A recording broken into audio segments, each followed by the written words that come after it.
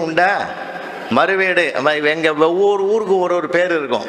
இப்போ எங்கள் ஊர்லலாம் மறுவீடுன்னு வாங்க. அந்த விழுப்புரம் தாலுக்காவில் மறு வீட்டுக்கு போனோன்னா மாப்பிள்ளைக்கு வீட்டில் சோறு இல்லைன்னா போகிறோம், மாமியார் வீட்டில் தான் போய் ஒரு வாரம் இருப்பாங்க. மாப்பிள்ளையும் பொண்ணும் பொண்ணு வீட்டில் இருப்பாங்க. போய் வடை பாயசத்தோடு தடபடலாம் டெய்லி சாப்பாடு நடக்கும். பெரிய பெரிய தூண் வச்சு கட்டியிருப்பான் வீட்டை.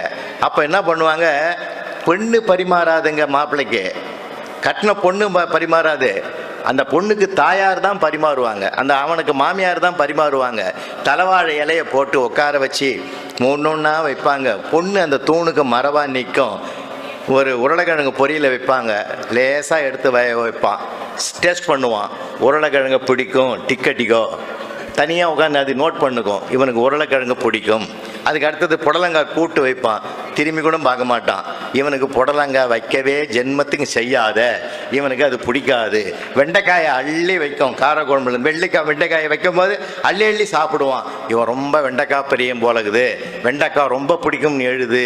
ஆனாலும் இவ்வளோ வெண்டைக்காய் சாப்பிட்றானே, மூளை வளரலையே அப்படின்னு மனசுக்குள்ளே நினைக்க அந்த அம்மா. அப்படி நினச்சிட்டு சிரிக்கும். ஏன் தெரியுமா, அப்படி ஒரு வேளை நாம் நினைக்கிற மாதிரி வளர்ந்துருந்தா நம்ம வீட்டில் பொண்ணு எடுத்திருப்பானா. அப்படி ஒரு மனப்போராட்டத்தில் ஒரு மகிழ்ச்சியை மையப்படுத்துகிற ஒரு அற்புதமான திருமண நிகழ்வு தான் அந்த நிகழ்வு.